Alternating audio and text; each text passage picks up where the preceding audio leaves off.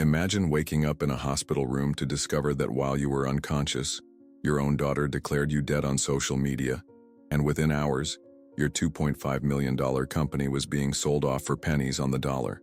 This isn't fiction. This is my reality. I built Harrington Investments from nothing but a desk in my garage into a financial empire, only to have it stolen through a single Instagram post with 10 devastating words. Rest in peace, Dad. You were a warrior. The problem? I wasn't dead, but my daughter and son-in-law needed the world to think I was. What could drive your own flesh and blood to bury you alive? The answer will break your heart. From my hospital bed, I watched helplessly as my life's work, my reputation, and my future vanished overnight. But what I discovered when I returned home revealed a betrayal so deep, so calculated, that it makes death seem merciful by comparison. Follow my journey as I fight to reclaim not just my company, but my very existence from those I trusted most. If you've ever wondered how far someone would go for money, or what it feels like to be erased while still breathing, follow this channel for my complete story. Like and comment with where you're watching from, and share if you've ever been betrayed by someone you loved. Some family secrets are too shocking to keep buried. I was still intubated, my eyes covered and my skin cold from the anesthesia, when my daughter took a picture of me in the ICU. She was crying, but not for me. It was for the number of likes. The caption read, "Rest in peace, Dad. You were a warrior." I wasn't dead, but she wanted the world to think I was. Within hours, my image had spread across social networks, through business partner groups, in local newspapers. And before the IV drip had even finished, I'd already lost the presidency of my company and perhaps something much greater. At 73, I thought I'd seen it all. 4 decades building Harrington Investments from nothing but a desk in my garage and a rotary phone. Back when Boston's financial district still had that old world charm, before the glass towers took over.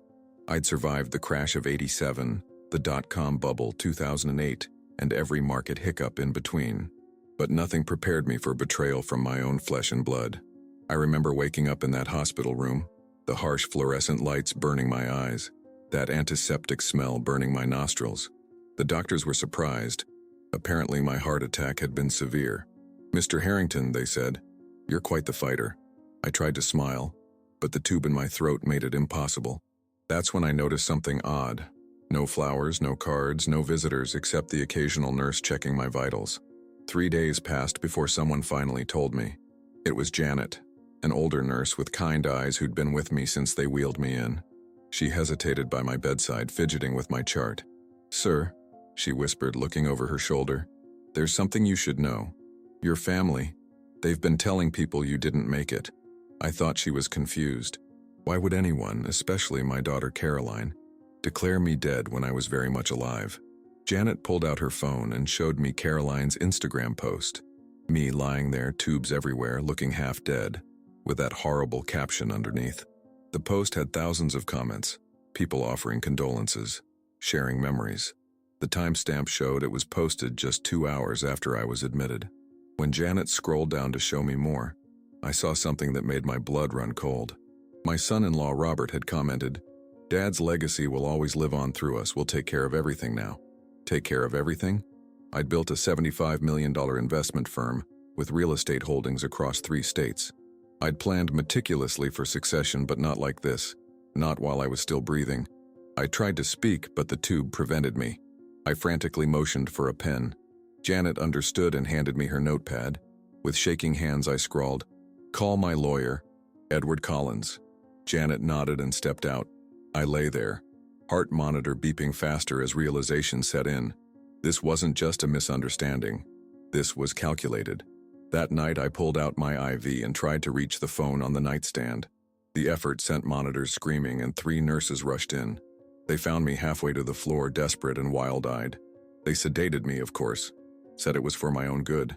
By morning, the Boston Herald had run a small obituary. Financial pioneer Gerald Harrington passes at 73. There was even a quote from Caroline about honoring Dad's legacy by continuing his vision. I was reading my own death announcement while very much alive. When Edward finally arrived 2 days later, he looked like he'd seen a ghost. "Jesus Christ, Jerry," he whispered, sitting heavily in the chair beside my bed. By then, they'd removed the breathing tube. My voice was hoarse, but I could speak. "They've locked me out, haven't they?" I asked. Edward nodded grimly. "Emergency board meeting. They invoked the succession clause, the one we drafted in case of your death or permanent incapacitation. Caroline and Robert presented medical documents saying you wouldn't recover. The board voted them in as interim leadership." "But that's fraud," I croaked. "It gets worse," Edward said, lowering his voice. "They've already approached Bennett Group with an acquisition offer, substantially below market value." Bennett Group, our biggest competitor, the company I'd refused to sell to for 20 years. "How much?" I asked, my mouth dry. $2.5 million for controlling interest. My life's work, worth at least 10 times that amount, being handed over for pennies on the dollar because of an Instagram post. If you think this was all just a tragic mistake, wait until you hear what I discovered when I finally returned home. Because it was in that moment, still confused, my face covered with monitor adhesives and words caught in my throat, that I realized someone close wanted to bury me alive. And it all started with a post. They discharged me a week after I discovered my digital death certificate. No flowers, no balloons, no well wishes from colleagues. Just a wheelchair ride down the antiseptic corridors, past nurses who avoided eye contact, as if I really were a ghost. My daughter Carolyn drove me home in uncomfortable silence. She was 39 now, with her mother's auburn hair and my stubborn jaw. The daughter I'd raised alone after Margaret died of breast cancer 20 years ago. The little girl who used to sit on my lap during board meetings, drawing pictures of what she called money buildings, her childish interpretation of investment portfolios. Now she wore artificial flowers on her lapel and kept checking her phone at every stoplight. "The doctor said your recovery will take time," she finally said, her voice clinically detached. "You should focus on rest." I stared out the window at the familiar Boston neighborhoods passing by. Beacon Hill with its historic brownstones, the Charles River gleaming in the distance. I'd built my life in this city brick by brick, deal by deal. Now it felt like I was seeing it all for the last time. "Why did you do it, Caroline?" I asked, my voice still raspy from the intubation. "Why tell everyone I was dead?" She gripped the steering wheel tighter, her knuckles turning white. "It was a mistake. The doctors told us you might not make it through the night. Robert thought we should prepare people." Robert, my son-in-law of 12 years. Former tennis pro turned executive consultant, a title I'd created to give him something to do besides spending my daughter's trust fund.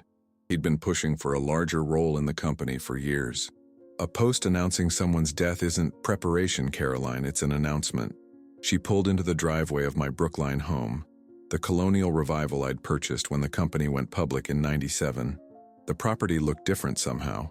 The garden Margaret had planted, which I'd maintained religiously since her death, showed signs of neglect. The American flag I raised every morning was missing from its pole. "We'll talk about it later," Caroline said, helping me from the car. "You need to rest." When I stepped through my front door, the wrongness hit me immediately. The family portraits that had lined the entryway were gone, replaced by generic landscapes. My den, visible through the open door, had been emptied of my books and mementos.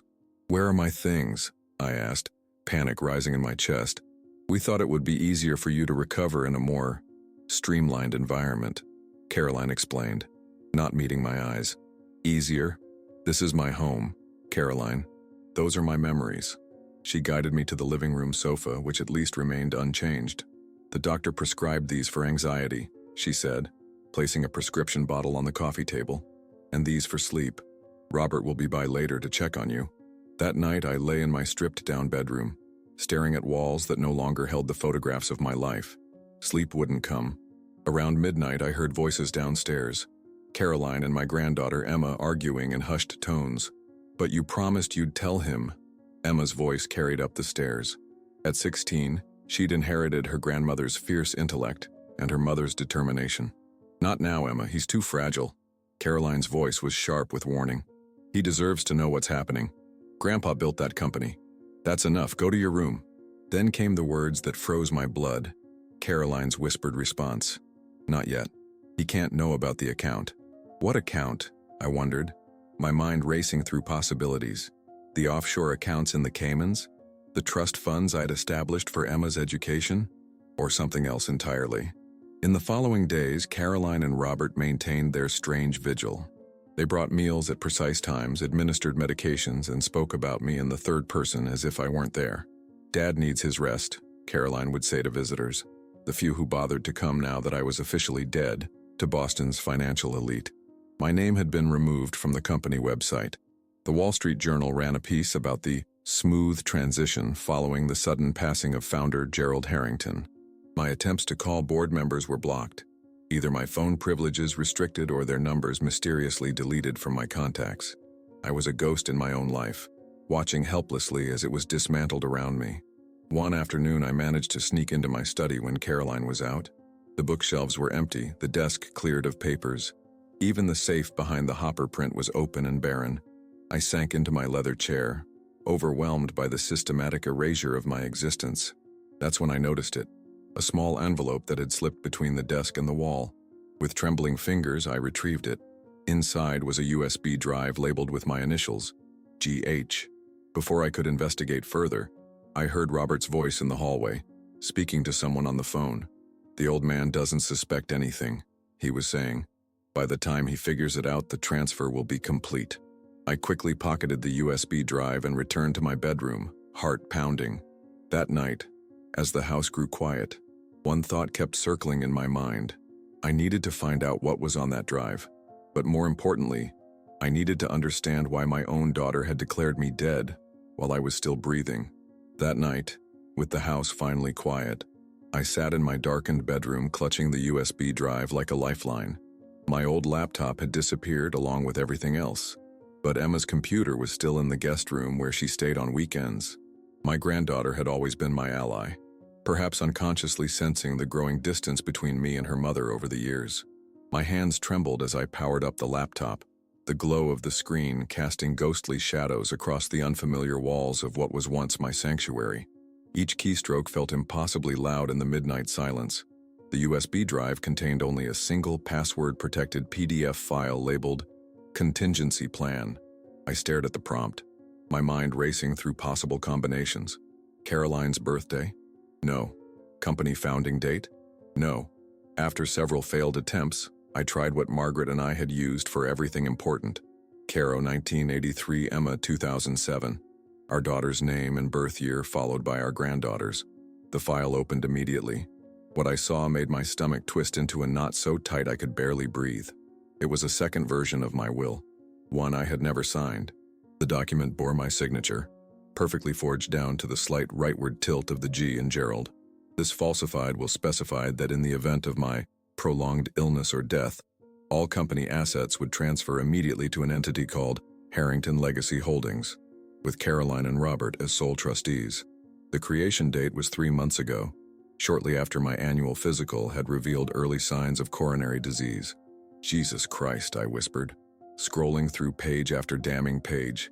The forged will contained a provision that shocked me to my core, a prearranged sale of controlling interest to Bennett Group, our longtime competitor, for a mere $2.5 million, when the true value was closer to $75 million. My life's work, being stolen through digital fraud and forgery. I moved to the Documents folder, searching for any other evidence.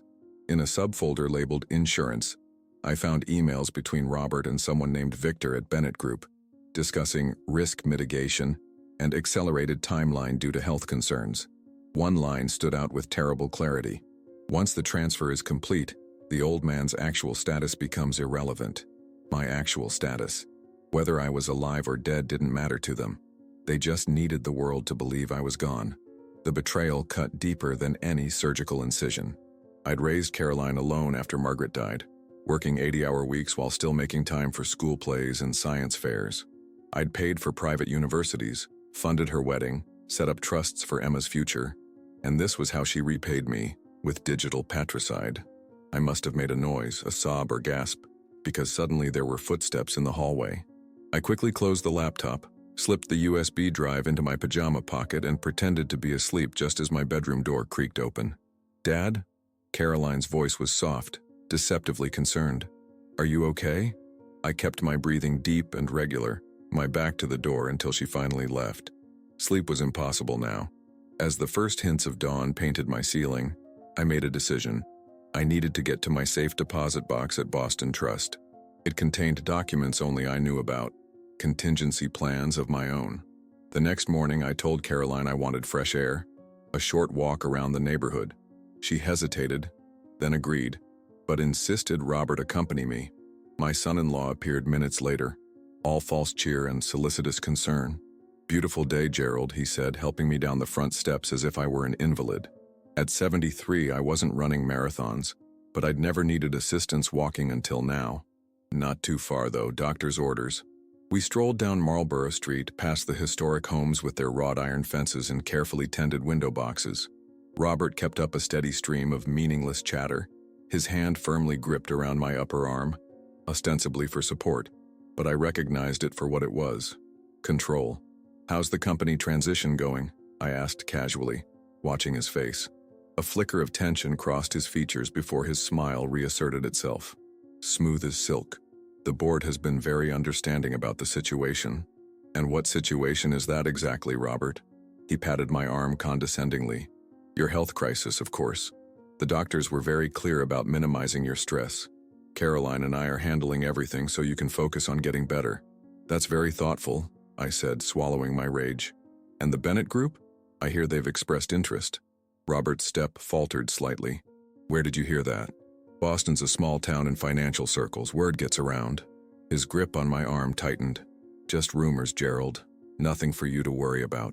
That night, I made my way to the kitchen for a glass of water and overheard Emma and Caroline arguing again. "But why can't I see Grandpa alone?" Emma demanded. "He's always helped me with my econ homework." "He needs rest, not academic discussions," Caroline snapped. "And for God's sake, don't mention anything about the company or the accounts to him." The doctor was clear. "No stress." "This isn't about his health," Emma retorted. "This is about what you and Dad are doing while he's sick." There was a sharp sound, a slap or a hand hitting the counter. "That's enough, go to your room now." As Emma stormed upstairs, I retreated silently to my bedroom, my heart racing with equal parts fear and hope. Emma knew something was wrong. I wasn't completely alone in this fight. The next morning, I found my way to my old study, determined to search for any additional evidence. That's when I discovered the envelope, already opened, containing my original will. But as I examined the document inside, my blood ran cold. There was a second version with a signature that looked like mine but wasn't. The date was different. The provisions were changed. And I realized with growing horror, they weren't just waiting for me to die. They were actively erasing me while I still breathed. I couldn't sleep that night.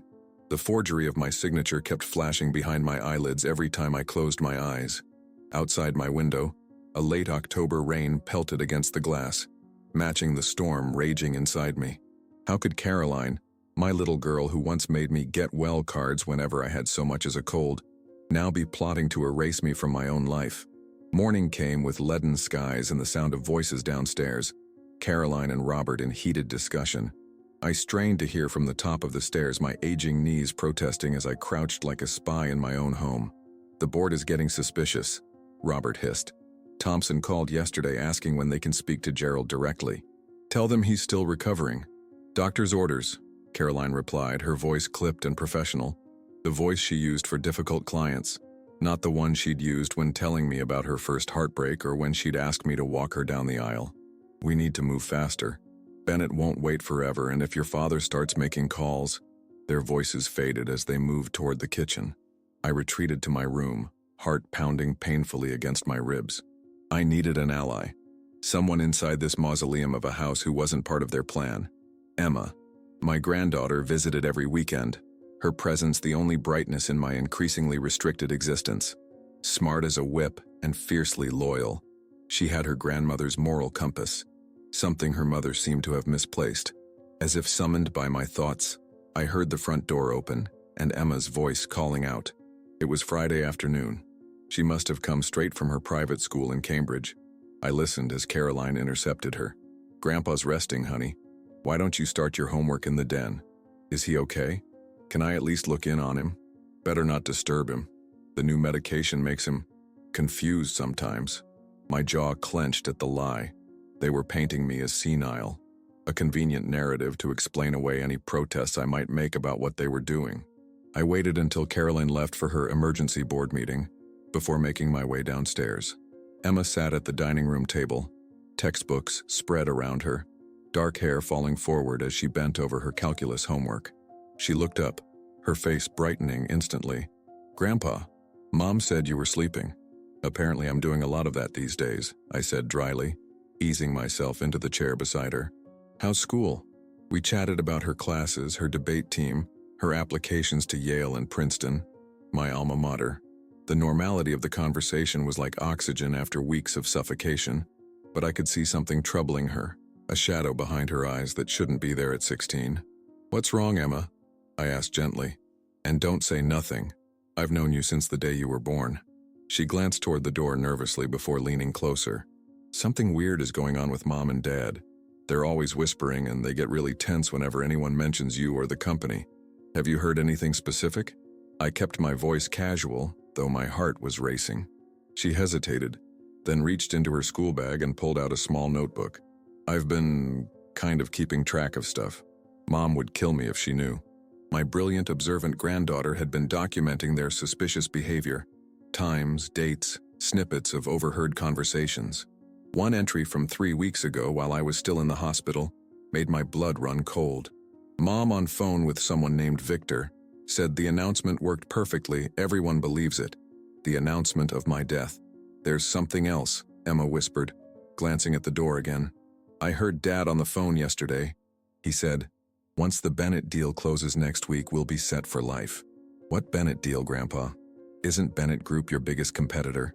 I squeezed her hand. "Emma, I need your help. What I'm about to tell you might be hard to believe." The sound of a key in the front door silenced me instantly. Emma slipped the notebook back into her bag as Robert walked in, his false smile freezing when he saw us together. "Gerald, you should be resting." He shot Emma a look that made her shrink in her chair. "And you have piano practice in 20 minutes, young lady." I was helping Emma with her economics homework, I said mildly. "How thoughtful. But Caroline was very clear about your rest schedule." He helped me up with unnecessary force, his fingers digging into my arm. "Let's get you back upstairs." That night I feigned sleep when Caroline brought my evening medication. Pills I'd been discreetly disposing of since discovering the forged will. Through slitted eyes, I watched her check my nightstand, my dresser drawers, even under my mattress while she thought I was unconscious. She was looking for the USB drive. Hours later, when the house was silent, I crept to my closet where Margaret's things still hung, the one area they hadn't dared disturb yet. Behind her winter coats was the small wall safe we'd installed decades ago, its existence known only to us. Inside was a single envelope containing documents that could prove the forgery, original contracts with my authentic signature for comparison. As I reached for the safe's dial, a floorboard creaked behind me. I turned to find Emma in the doorway, her young face solemn in the darkness. "I couldn't sleep," she whispered. "I was worried about you." Relief flooded through me. "Come in, quick." Close the door. With trembling fingers, I opened the safe and retrieved the envelope. As we sat on the edge of my bed, I explained everything.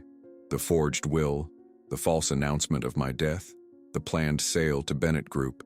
Emma listened, her face growing paler by the minute. When I finished, she reached into her pocket and handed me a folded piece of paper. "I was going to give you this tomorrow, but I think you need it now." It was a note written in her neat, precise handwriting. "Grandpa, Mom's post wasn't a mistake." She cried, but then laughed later. She said you would never know. The words hit me like a physical blow. Not a mistake, not a misunderstanding in the chaos of my hospitalization. A calculated move. "There's one more thing," Emma said, her voice barely audible. "I found this in the garage, in a box labeled donations." From her school bag, she pulled out a silver-framed photograph, Margaret and me on our 30th anniversary.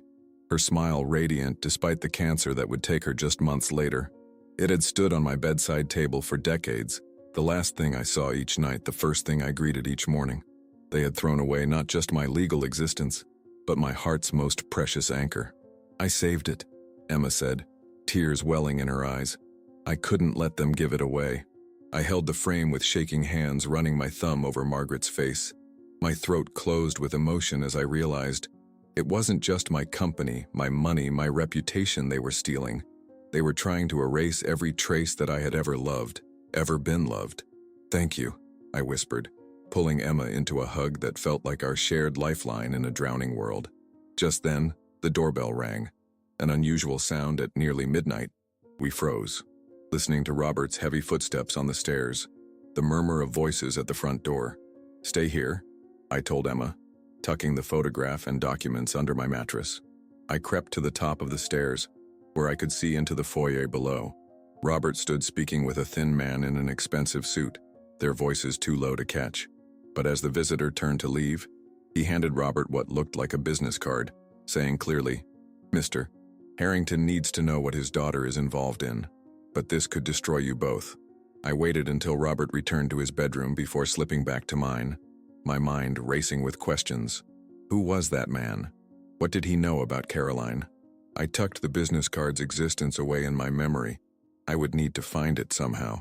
Sleep evaded me that night, as it had most nights since my death. The rain continued its steady drumbeat against the windows, and somewhere in the distance, thunder rolled across the Boston skyline. By morning, I had formed a plan. I needed to contact that thin man in the expensive suit, but first I had to get hold of whatever he had given Robert. Opportunity came at breakfast. Caroline had already left for an early meeting, and Robert was distracted by a series of urgent phone calls. I watched him pace the kitchen, his free hand clutching his coffee mug so tightly his knuckles turned white. "No, it has to be today," he hissed into his phone, his back to me. "The old man is getting suspicious. Yes, I know the risks. Just make it happen." When his phone rang again, he set down his suit jacket on the back of a chair and hurried to the study for privacy. I moved quickly, my arthritic fingers fumbling through his pockets until I found it. A sleek business card for Mercer and Associates Private Investigations. On the back was a handwritten note. "File ready. Waterfront office, 2 p.m. I slipped the card into my robe pocket just as Robert returned, his face tight with stress. "I've got to head into the office," he announced, checking his watch. "Will you be all right on your own for a few hours? Your lunch is prepared in the fridge." "I'll manage," I said, feigning frailty. "Perhaps I'll watch some television." As soon as his car pulled away, I called for a taxi using the landline they'd forgotten to monitor. I dressed quickly in one of the few suits they hadn't removed from my closet, a charcoal gray Brooks Brothers that suddenly hung loose on my frame. I'd lost weight in the hospital, and more since coming home to this psychological prison. The taxi driver, a grizzled man in his 60s, raised his eyebrows when I gave him the address on the waterfront. "Rough area these days, mister. You sure that's where you want to go?" "Very sure," I replied, settling into the worn back seat. Through the window, I watched my neighborhood recede. Beacon Hill with its gas lamps and cobblestone streets giving way to the glass towers of downtown, then to the more industrial stretches of the harbor. Mercer and Associates occupied a weathered brick building that had probably been a warehouse in its previous life. I paid the driver and added a generous tip. "Would you mind waiting? This shouldn't take long." Inside, a sparse reception area led to a single office where a man sat behind a cluttered desk, the same thin man I'd seen at my door the previous night. He looked up, surprise flickering across his sharp features. "Mr. Harrington," he said, rising. "I was expecting your son-in-law." "I intercepted your invitation," I replied, lowering myself into the chair opposite him. "I believe you have information about my daughter." Lawrence Mercer, according to the nameplate on his desk, studied me with calculating eyes. "Information that your son-in-law paid good money to suppress. How did you get here? Does he know you're out?" "Mr. Mercer, my family is currently holding me as a virtual prisoner in my own home, while systematically erasing my existence.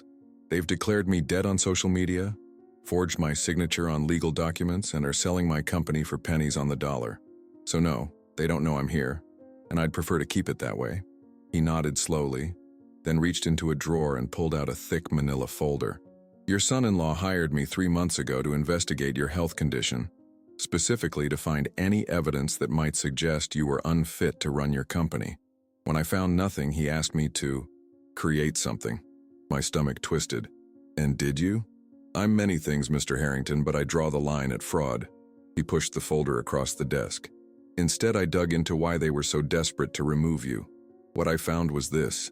The folder contained a contract dated 6 months earlier, a private agreement between Caroline Robert and Victor Bennett of Bennett Group. It stipulated a success bonus of $700,000 to be paid upon accelerated acquisition due to unforeseen transition of leadership. My hands trembled as I flipped through the pages. They planned this for months. There's more, Mercer said, his voice grim. Page 12, Section 4. I turned to the indicated page and found a clause that made my blood run cold. In the event of Gerald Harrington's prolonged hospitalization or death, immediate transfer of controlling shares will occur at the pre-negotiated rate, regardless of actual company valuation. Beneath this clinical language was the true horror. My daughter and son-in-law had negotiated a deal that would pay them handsomely if I died or became incapacitated, a death benefit where I was the sacrifice. And this last piece, Mercer added, sliding across a printed screenshot of text messages. One from Robert to Caroline, dated the day of my heart attack. Let's use the image. The old man doesn't need to die, just appear dead. My heart, which had survived a massive attack just weeks earlier, felt like it might stop right there in that dingy office. The betrayal was complete, documented, undeniable. My own child had orchestrated my social death for financial gain. Why are you showing me this? I asked, my voice barely a whisper. Robert paid you to keep it quiet. Mercer leaned back in his chair. He paid me a retainer. Then he tried to blackmail me when I wouldn't falsify evidence against you. I don't respond well to threats, Mr. Harrington. What do you want from me? Nothing. Consider this professional courtesy. One businessman to another. He checked his watch. Robert will be here in 20 minutes. I suggest you leave before then. Outside, my taxi still waited. As we pulled away, I saw Robert's Mercedes turning onto the street, just missing me. Back at home, I locked myself in the bathroom, splashing cold water on my face as I tried to process what I'd learned. The mirror reflected a man I hardly recognized. Hollow cheeks, shadowed eyes, skin pallid from weeks indoors. But there was something new there too, a fire rekindling behind the exhaustion. My world had collapsed around me, but I was still standing in the rubble. That evening, Caroline returned with takeout from my favorite Italian restaurant. A peace offering, perhaps, or just another performance of filial concern. You look tired, Dad, she said, studying my face as she set the table. Did you take your medication today? I looked at my daughter, this stranger wearing familiar features, and wondered what had happened to the little girl who once made me birthday cards decorated with glitter and dried macaroni. When had money and status become more valuable to her than family, than integrity? I had the strangest dream today, I said casually, twirling pasta onto my fork. I dreamed that my own daughter declared me dead while I was still alive, that she and her husband forged my signature on legal documents, that they made a deal with my biggest competitor to sell my life's work for a fraction of its worth. Caroline's fork clattered against her plate, her face drained of color. Dad, you're confused. The medication. I'm not taking the medication, Caroline, haven't been for days. I met her eyes steadily. I know about the contract with Bennett Group. I know about the $700,000 bonus for accelerated acquisition. I know everything. She stood so quickly her chair toppled backward. You're supposed to be resting, you're not well. On the contrary, I said, rising to meet her. I'm seeing clearly for the first time in weeks. The question is, will you explain yourself, or shall I take what I know directly to the board? To the SEC? To the police? In that moment, my daughter, the child I had raised with so much love, the woman I had trusted with everything, looked at me with something between hatred and fear. And I realized the hardest truth of all. The betrayal that had begun with a social media death announcement went far deeper than I had imagined. It reached back months, perhaps years, eroding the foundation of what I had believed was an unbreakable bond. You have no idea what you're doing, she whispered, backing toward the door. No idea what's at stake. Then tell me, I pleaded. Help me understand how my own daughter could do this. But she was already gone, the front door slamming behind her. The house stood silent after Caroline's dramatic exit. I remained at the dining table, the half-eaten pasta growing cold before me. My appetite vanished. Thunder rumbled outside, matching the storm within me. For the first time since my heart attack, I felt truly alone. Not just isolated, but abandoned by the person I had trusted most in this world. My phone buzzed. A text from Emma. Coming over early tomorrow. Need to talk. Don't tell Mom. A lifeline in the darkness.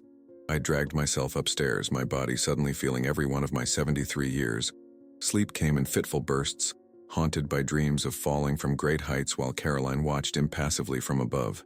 Morning arrived with pale sunlight streaming through windows still streaked with yesterday's rain. The house remained unusually quiet. No sign of Robert or Caroline. Perhaps they were regrouping, planning their next move. I showered and dressed in real clothes, no more invalid's robes, choosing a casual sweater and slacks that reminded me of weekend mornings before all this began. Emma arrived just after 9, her school backpack slung over one shoulder, her face drawn with worry. "Mom didn't come home last night," she said immediately. "Dad said she was dealing with a situation.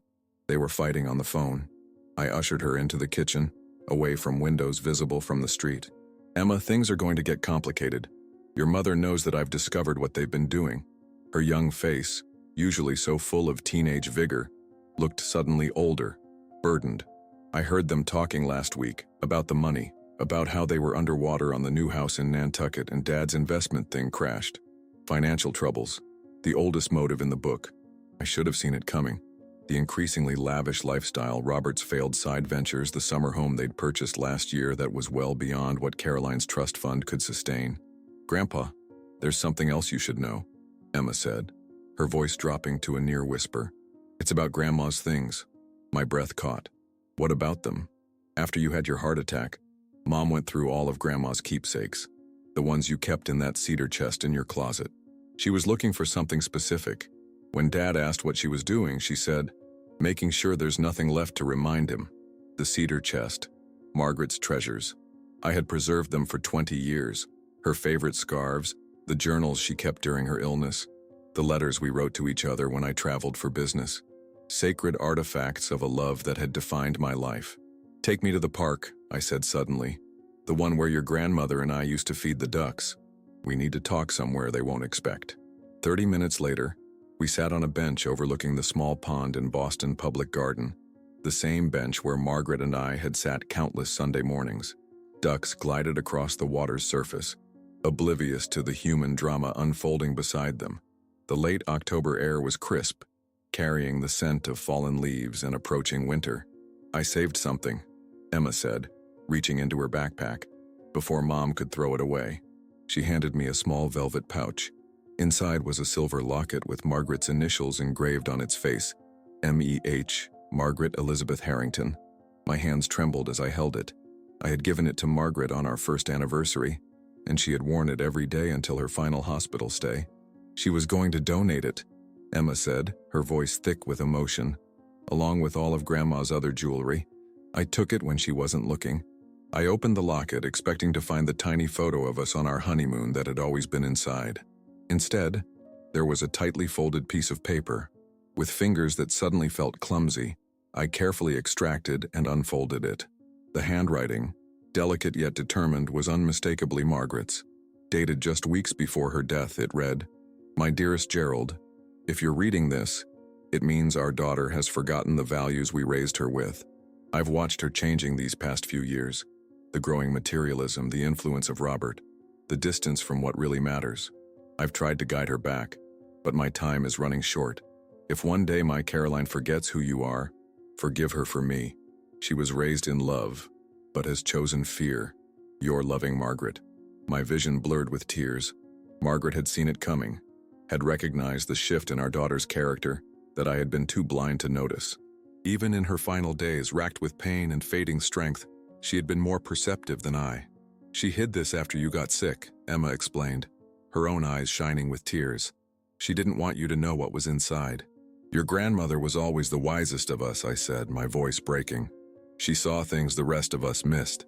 We sat in silence for a while, watching an elderly couple across the pond, walking hand in hand along the path Margaret and I had traveled hundreds of times. The sight sent a fresh wave of grief through me, not just for my lost wife, but for the daughter who had strayed so far from the path we had tried to set for her. "What are you going to do?" Emma finally asked. "I don't know yet," I admitted, "but I need to understand why. Why money became more important than family. Why she was willing to erase not just me but your grandmother's memory too." Emma's face hardened with a resolve no 16-year-old should have to show. "I found something else. When Mom was going through Grandma's things, she was really angry when she couldn't find some letter or document. She kept saying, it has to be here somewhere. Mother promised she destroyed it." "Did she say what it was?" Emma shook her head. "But whatever it was, it scared her. On our walk back to the house, Emma told me more about the changes she'd observed in her parents over the past year. The increasing arguments about money, Robert's growing desperation, Caroline's obsession with maintaining appearances. A familiar story of living beyond their means, of chasing status at any cost. As we approached the driveway, Emma suddenly clutched my arm. "Grandpa, look!" A black SUV was parked in front of the house, not Caroline's or Robert's vehicle. Through the front window, I could see figures moving inside. "Stay here," I told Emma, but she shook her head firmly. "I'm coming with you. We face this together." Inside, we found Caroline standing in the living room with a man I recognized immediately. Victor Bennett, CEO of Bennett Group and my longtime business rival. Robert hovered nearby, his face ashen. "Dad," Caroline said, her voice strained. "You're supposed to be resting, and you're supposed to be my daughter," I replied quietly. Yet here we are. Bennett stepped forward, extending his hand as if this were a normal business meeting. "Gerald, good to see you looking so alive." I ignored his hand. "I believe you're trespassing in my home, Victor." "Actually," he replied with a thin smile, "I was invited. We have some final details to discuss about the acquisition." "The fraudulent acquisition, you mean?" I said.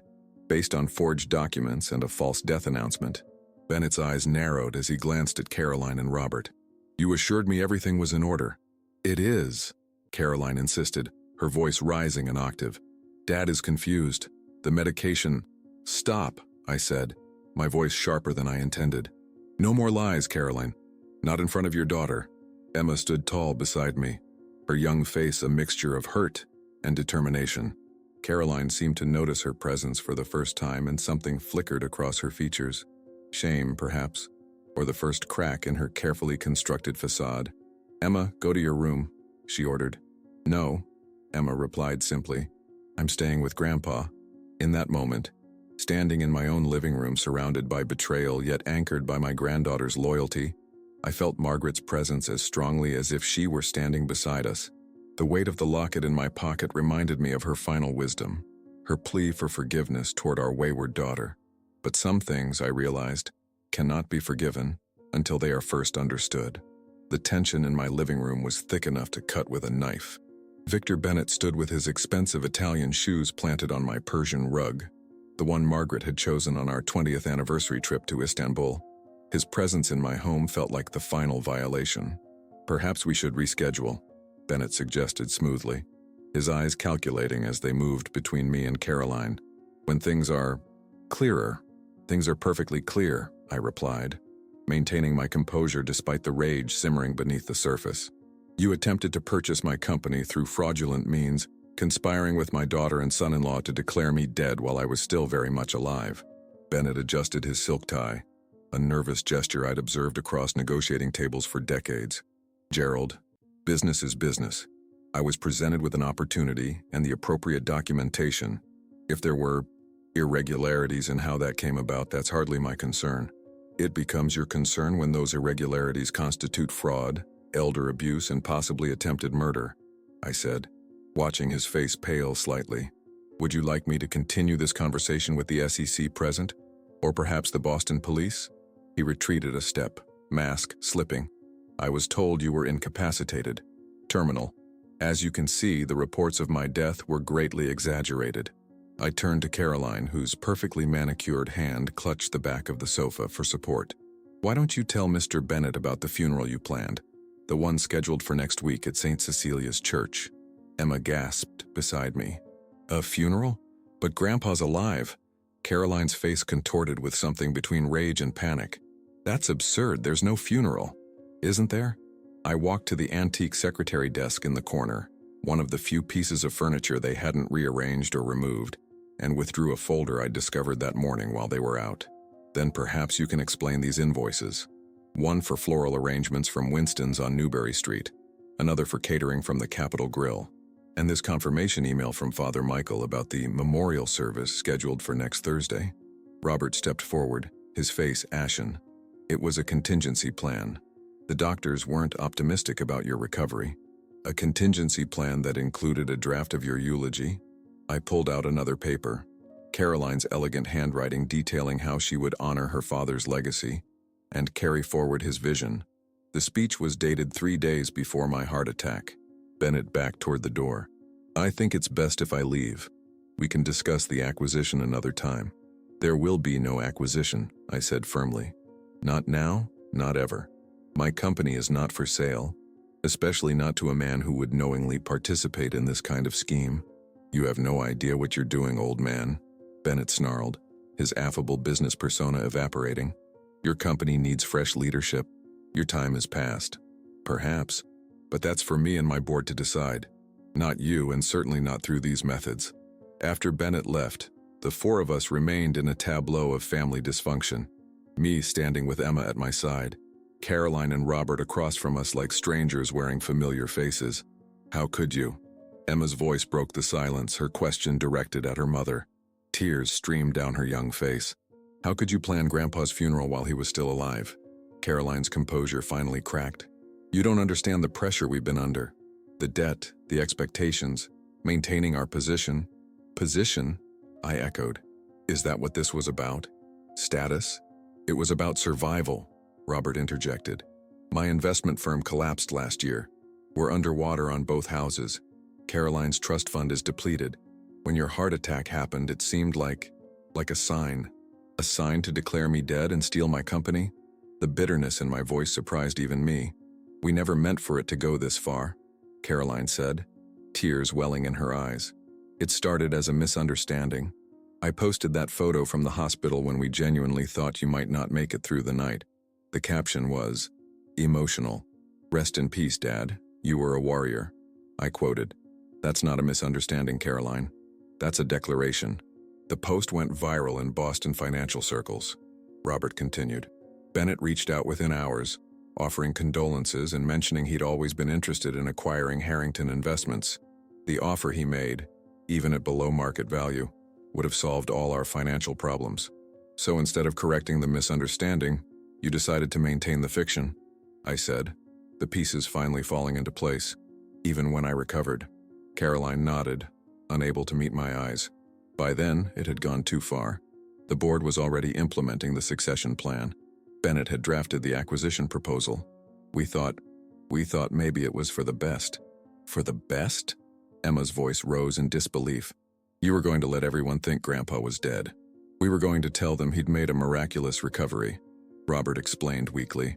After the deal closed, I shook my head, disgust rising like bile in my throat. And the symbolic funeral? What was that for? Caroline finally looked at me, her eyes red-rimmed but calculating. The optics. We needed to show the financial community we were mourning appropriately, that we had the strength to carry on your legacy. It would cement confidence in the transition. It was all theater, I realized aloud. The grieving daughter taking up her father's mantle, the solemn son-in-law stepping in to help, the touching memorial service where you'd speak about carrying forward my vision, while simultaneously selling that vision to my biggest competitor. The plan was elegant in its callousness. The social media death announcement had created the initial shock and sympathy. The funeral would provide closure and legitimize their leadership. By the time they announced my miraculous recovery, the company would already be sold, the proceeds in their accounts. The board meeting to approve the sale is tomorrow, Robert admitted. Everything's already in motion. I walked to the window, looking out at the maple tree in the front yard, the one I'd planted when Caroline was born. Its leaves had turned a brilliant crimson, the same color as the dress Margaret had worn on our first date. You know what hurts the most? I said quietly, still facing the window. Not the money, not the company. It's that you were willing to erase me, to erase your mother's memory for financial gain. That's not fair, Caroline protested. Mom has nothing to do with this. I turned back to face her. Doesn't she? You threw away her photographs, donated her jewelry, emptied the cedar chest of her keepsakes. You tried to remove every trace that she ever existed in this house, that I ever loved her, that she ever loved me. I was protecting you, Caroline insisted, a hint of her old defensiveness returning. Those memories were holding you back. You've been living in the past since she died. That wasn't your decision to make, I said, my voice steady despite the emotion threatening to overwhelm me. Just as my death wasn't yours to announce.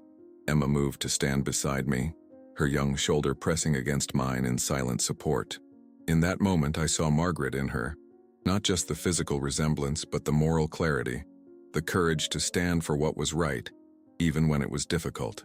"What happens now?" Robert asked, his eyes darting nervously toward the folder containing evidence of their scheme. I looked at my daughter, this stranger wearing familiar features, and felt a profound sadness wash over me. Not anger anymore, just a deep, aching loss for what might have been, for the relationship I thought we had. "Tomorrow," I said quietly, "I'll be attending a board meeting, my board meeting, and after that we'll have a very different kind of family discussion." I turned to Emma, whose eyes shone with a mixture of hurt and determination. "Would you like to join me for dinner out tonight? I think we both could use some fresh air." As we left the house, Caroline called after us, her voice breaking. "Dad, please. You don't understand what's at stake." I paused at the door, Margaret's locket heavy in my pocket. "I understand perfectly. You buried me alive for money. The question is, can you live with what you've done?" 3 weeks had passed since the confrontation in my living room. Boston's fall had deepened, the trees now mostly bare, their leaves carpeting the common in shades of amber and burgundy. The first real chill of approaching winter hung in the air as I sat in my attorney's office, pen poised above the document that would change everything. "Are you absolutely certain about this, Gerald?" Edward Collins asked, his weathered face serious beneath his crown of silver hair. We'd been friends for 40 years, ever since law school at Harvard. He'd handled Margaret's will, my company's IPO, and now this, perhaps the most significant legal action of my life. "I've never been more certain of anything," I replied, signing my name with a flourish that belied my age. Not the shaky scrawl they'd expected from a dying man, but the confident signature of someone reclaiming his agency. The board meeting had been nothing short of dramatic. I'd walked into the conference room where 12 stunned faces turned toward me. A ghost materialized in the flesh. Caroline and Robert had arrived late, already pale from our confrontation the previous day, only to find me seated at the head of the table, very much alive and very much in charge. "Ladies and gentlemen," I'd announced, "reports of my death have been greatly exaggerated." What followed was a systematic dismantling of their scheme. I presented the forged documents, the evidence of their collusion with Bennett, the planned funeral while I recovered at home. The board members, many of whom had been my colleagues for decades, were horrified. By meeting's end, Caroline and Robert had been removed from their positions, the Bennett acquisition unanimously rejected, and an internal investigation launched. But that was just business. The personal aftermath was more complex and painful.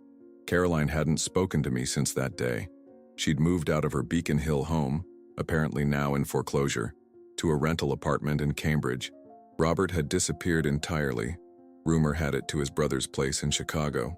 Their marriage, already strained by financial pressure, had not survived the public humiliation of their scheme's exposure. Only Emma remained, a bright light in the darkness of betrayal. At 16, she'd shown more integrity and courage than many adults I'd known. She now spent weekends with me, her presence bringing life back into the house that had briefly become my prison. I finished signing the last document and pushed it across the desk to Edward. "Are you ready for me to file these?" he asked, organizing the papers into a neat stack. "Yes, it's time." He nodded, understanding the weight of what we were doing. "And Emma? Her trust is separate and secure.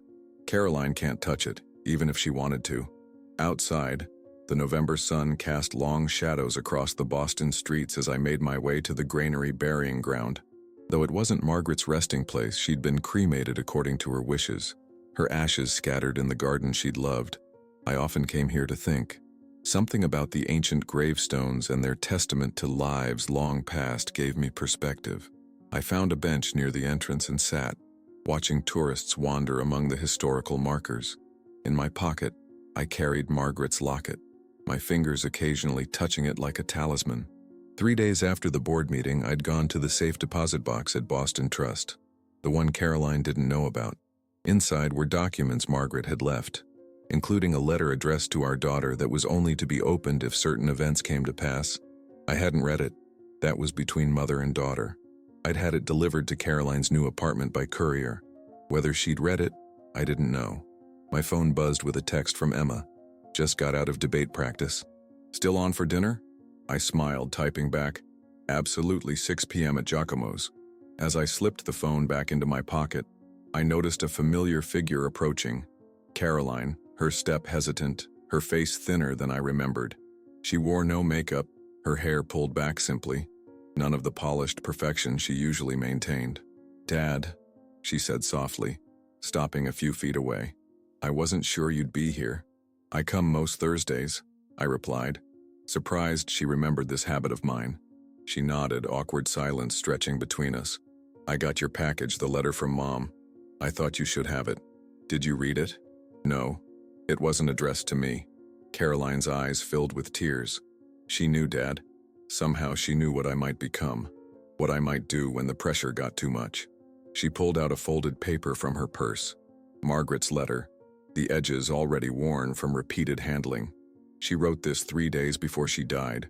Said that if I ever lost my way completely, you were to give this to me. I gestured to the empty space beside me on the bench. After a moment's hesitation, she sat, maintaining a careful distance. "Your mother always saw more clearly than the rest of us," I said. She wrote that she'd watched me changing, becoming more materialistic, more concerned with appearances than substance. Caroline's voice broke. She said she'd noticed it starting after college, how I measured success by possessions rather than purpose, how she'd tried to guide me back but knew her time was running out. The wind rustled the few remaining leaves on the elm trees overhead, a melancholy sound like whispered regrets. "I read about what you did," Caroline continued, looking down at her hands, "donating everything to that foundation for abandoned elderly." The news had broken that morning. My decision to donate my remaining personal assets to a foundation supporting elderly individuals abandoned by their families. The irony wasn't lost on the financial press, which had covered the story with barely concealed references to my own experience. "It seemed fitting," I replied simply. "So it's all gone? The inheritance, everything?" "Not gone. Redirected. Your trust fund was depleted years ago, according to your husband. There's nothing left to inherit except the company's shares, which now belong to the foundation." Caroline nodded slowly. "I deserve that." We sat in silence for several minutes, watching an elderly couple place flowers on a grave nearby, their weathered hands intertwined. "I don't expect forgiveness," she finally said.